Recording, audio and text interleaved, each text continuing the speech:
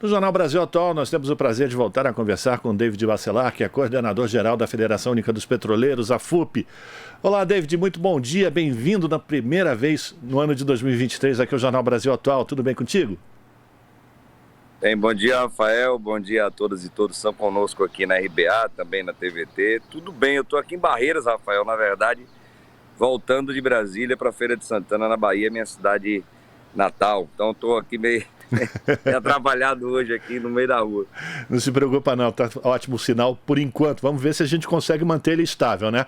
E a gente vai falar com o David sobre a perspectiva da Petrobras sobre nova direção. O indicado à presidência da empresa, Jean Paul Prats, afirmou durante a cerimônia de posse do Alckmin no Ministério do Desenvolvimento, Indústria, Comércio e Serviços que a mudança na política dos preços dos combustíveis não será feita com qualquer tipo de intervenção direta do mercado. Ele também garantiu que as medidas serão tomadas com um ambiente de previsibilidade. O que isso significa, David? Aquela história da paridade de preços internacional vai continuar existindo durante o governo Lula? E aquela promessa do presidente de abrasileirar o preço da Petrobras, dos combustíveis produzidos pela Petrobras? Bem, Rafael, com certeza o PPI, o preço de paridade de importação, ele não continuará. A primeira entrevista dada pelo agora ex-senador Jean Paul Prats, que está prestes a assumir a presidência da Petrobras, ele colocou de forma muito categórica que irá sim fazer com que os preços nos combustíveis aqui no Brasil eles sejam abrasileirados conforme divulgou em toda a sua campanha o presidente Luiz Inácio Lula da Silva. É bom destacar que ele também divulgou que uma política de preços dos combustíveis no Brasil ela precisa ser encabeçada, direcionada pelo governo federal brasileiro. Até porque política de preço em qualquer país não se trata de uma política de preço de combustíveis de uma empresa XYZ, mas sim uma política de Estado, uma política pública que também precisa ser definida pelo Congresso Nacional Brasileiro. No caso específico da Petrobras, o próprio senador, o companheiro Jean Paul Prats, colocou que não é admissível que o Brasil ele se utilize do preço de paridade de importação. Nós somos autossuficientes em petróleo, nós exportamos mais de 1 milhão de barris de petróleo por dia e importamos em torno de 700 mil barris de derivados de petróleo também por dia, principalmente de diesel. Significa que os nossos preços, os nossos custos, tanto de produção de petróleo quanto também de refino de petróleo, em sua boa parte, são nacionalizados. Em torno de 2/3 desses custos, eles são em real e não tem a necessidade de, na precificação dos combustíveis, nós termos esses vetores cravando imediatamente no preço que vai direto para o consumidor. Quais vetores? O preço do barril do petróleo no mercado internacional, a variação do dólar e custos de importação de derivado que não é importado aqui no país. Então, para essa parcela dos combustíveis que são produzidos no Brasil, a partir de petróleo brasileiro, que tem um custo de extração muito baixo, a partir das refinarias brasileiras, que também tem um custo de refino baixo, é óbvio que nós teremos uma outra formação de preço, tanto do diesel quanto da gasolina, como do GLP, do gás natural e de outros. Agora, para aquela parcela que é importada, infelizmente, devido às várias trades que nós temos hoje no país, sim, o PPI irá ainda ser aplicado. Estamos falando de quê? Estamos falando de algo em torno de 20%, 25%, às vezes 15%, por exemplo, do diesel. Então, sim, o PPI, preço de paridade de importação, do jeito que está, ele não continua, com certeza absoluta. Teremos uma alteração, mas essa alteração, por exemplo, na Petrobras, infelizmente, Rafael, só poderá ser feita lá a partir do mês de fevereiro, quando nós teremos uma Assembleia Geral Extraordinária para eleger um novo Conselho de Administração da Petrobras, que a União, nesse caso representada pelo presidente Lula, irá indicar os seus membros e mudaremos por tabela toda a diretoria da Petrobras e as gerências executivas dessa grande empresa brasileira.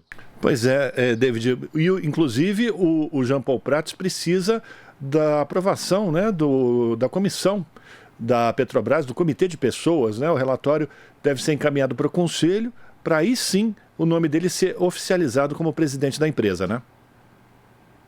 Exatamente. O ex-presidente, né? Infelizmente, ex-presidente que saiu, o Jair Messias Bolsonaro, ele fez um decreto lá em abril de 2022, em que ele regulamentou aquela lei das estatais, que mandava criar uma série de comitês estatutários para várias empresas estatais e públicas brasileiras, dentre elas a Petrobras, e criou um comitê, por exemplo, de pessoas e o comitê de elegibilidade, comitês esses que avaliam os administradores. Qual é o problema aqui, Rafael? O problema é que esse decreto do presidente ele foi mais restritivo do que a lei. A lei estabelece que os administradores, quem são essas pessoas? Membros do Conselho de Administração, membros do Conselho Fiscal, precisam ser avaliados por esses comitês estatutários. Não os diretores, não os gerentes executivos, como hoje estão sendo. Então, no caso do presidente da Petrobras, que é também um membro do Conselho de Administração da Petrobras, se encarece dessa avaliação. Acreditamos que, segundo o próprio perfil, currículo do companheiro Jean Paul Prats, que é um especialista na área de petróleo e gás, não haverá problemas com relação à aprovação do nome dele. Mas lembrando que mesmo que haja problemas, restrições, tanto no comitê de pessoas quanto no comitê de elegibilidade, nós teremos um novo conselho de administração que será eleito ali na Assembleia Geral Extraordinária, que deve ocorrer um mês após a renúncia oficial do Caio Paes, estamos falando a início de fevereiro. Ali então, a partir dos novos membros do conselho, teremos sem dúvida alguma a aprovação do nome do companheiro Jean Paul Prats para a presidência dessa grande empresa que é a Petrobras. A gente está conversando com o David Bacelar, que é coordenador da Federação Única dos Petroleiros. David, ontem na posse do Geraldo Alckmin, ou na posse de Geraldo Alckmin, ele destacou muito a importância de reindustrializar o Brasil. E eu lembro que a Petrobras, na sua cadeia de agregada, né, de produtores de conteúdo para a Petrobras, é uma grande incentivadora dessa indústria nacional. Eu queria que você falasse sobre a possibilidade de acabar também com essa iniciativa que foi colocada desde o governo Temer de desinvestimentos da Petrobras e a Petrobras novamente ser uma locomotiva, né, um incentivador da industrialização no país. Bem, Rafael, bom você ter lembrado desse discurso do vice-presidente Geraldo Alckmin. E aqui eu lembro também do discurso do agora ministro Alexandre Silveira, ex-senador da República, que assumiu o Ministério de Minas e Energia. Tanto o vice-presidente, hoje também ministro do MDIC, e o Alexandre Silveira, hoje ministro de Minas e Energia, colocaram a importância da Petrobras como indutora da economia nacional. Você está certo. Desde Temer, nós temos um processo de desarticulação, de desmonte do modelo de partilha, que foi criado ali em 2010, modelo de partilha esse, que é um novo marco regulatório para o petróleo no pré-sal brasileiro. Estamos... Importante para voltamos. Nós termos a produção e a exploração do petróleo no pré-sal brasileiro. Qual esse tripé? Nós tínhamos a operação única, exclusiva da Petrobras no pré-sal brasileiro, nós tínhamos o conteúdo mínimo local ou nacional e tínhamos o Fundo Social Soberano. Todos esses pilares centrais do modelo de partilha foram destruídos, desde o governo Temer e também no governo Bolsonaro. Então, sem dúvida alguma, isso está no programa de governo do presidente Lula, isso foi divulgado em toda a campanha do presidente Lula. Nós teremos uma Petrobras que ajudará, sim, na indução da economia nacional, bem como na indução da engenharia e da indústria nacional. Então, todo e qualquer processo de reindustrialização no país, Rafael, perpassa por uma Petrobras forte, seja através, por exemplo, da força do seu gás natural sendo distribuído e comercializado aqui no país, porque a indústria química ela necessita de gás natural. Conversamos recentemente com o presidente da ABIQUIM, Associação Brasileira das Indústrias Químicas do Brasil, o companheiro André, e ele colocou perfeitamente da necessidade da Petrobras, por exemplo, terminar a Rota 3, que traz gás natural do pré-sal para o Rio de Janeiro, onde a indústria química poderá se usufruir desse gás natural a um preço justo, não a preço de paridade de importação. E também temos a ciência de que o governo Lula irá fazer com que, por exemplo, Rafael, sondas, navios, plataformas, em sua plenitude, não venham ser construídas fora do Brasil, na China, Japão, Singapura, não. Nós temos uma indústria naval sólida, nós temos estaleiros instalados do norte ao sul do país, nós temos trabalhadores e trabalhadoras capacitados, capacitadas, já treinados, com experiência para estarem produzindo esses grandes ativos aqui no Brasil e também exportando, quem sabe, daqui a 5, 10 anos para outros países. Então, sem pestanejar, nós dizemos aqui que, assim como foi dito na campanha, assim como foi dito pelo vice-presidente Geraldo Alckmin, ministro do MDIC, e também o Alexandre Silveira, ministro de Minas e Energia, a Petrobras voltará a ser essa grande indutora da economia nacional para que tenhamos um desenvolvimento regional em todo o nosso país e, por tabela, um desenvolvimento social que atinja aí a nossa população. Já que você falou do Rio de Janeiro, eu lembro da conclusão do complexo petroquímico que ficou parado, faltando muito pouco para a sua conclusão, e isso pode gerar, além de divisas para o país, também a retomada de empregos e a dinamização da economia nessa região, que ficou muito abalada, né, David? Não, perfeito, Rafael. Nós tivemos um verdadeiro crime promovido pela Operação Lava Jato. Ela paralisou obras importantes em todo o país, o que diminuiu a capacidade de geração de emprego.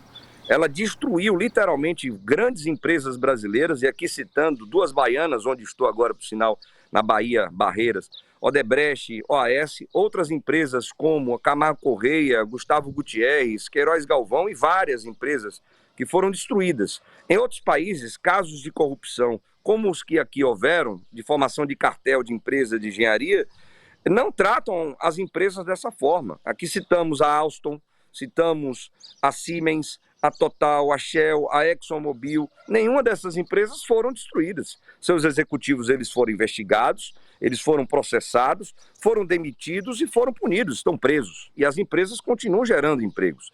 Então aqui no Brasil, infelizmente, foi diferente. Destruíram as empresas para atingir também uma crise, ou melhor, formar uma crise econômica aqui no país. Mas temos certeza absoluta que o segundo trem da refinaria Abreu e Lima em Recife, ou melhor, lá em Pojuca, em Pernambuco, ele será concluído. Uma obra com mais de 80% de avanço, que foi paralisada pela Lava Jato, ela vai voltar a acontecer. Então teremos empregos sendo gerados ali em Pernambuco. O complexo petroquímico do Rio de Janeiro, não talvez na sua totalidade, mas boa parte daquilo que foi projetado, ele também será concluído. Era uma obra que tinha 85% de avanço, eram empresas brasileiras que estavam construindo aquele grande complexo petroquímico, e temos certeza que essa obra irá voltar, gerando empregos ali em Itaboraí, no Rio de Janeiro. Também temos a fábrica de fertilizantes do Mato Grosso do Sul, citada, ou melhor, localizada ali em Três Lagoas, onde, por sinal, a ministra Simone Tebet foi prefeita e é dessa cidade. Obra também com avanço de mais de 80%, da maior fábrica de fertilizantes nitrogenados do país, será conclusa, gerando empregos também ali no Mato Grosso do Sul, e outras das mais de 14 mil obras que estão paradas aqui no Brasil, nós temos certeza de que serão retomadas. Dentre elas, várias obras que são dessa grande empresa que é a Petrobras, que vai ajudar sim na geração de emprego. Bom lembrar, Rafael, que a Lava Jato ela é responsável por 4.400.000 postos de trabalho destruídos aqui no Brasil por conta dessas empresas que foram quebradas devido às ações da Lava Jato.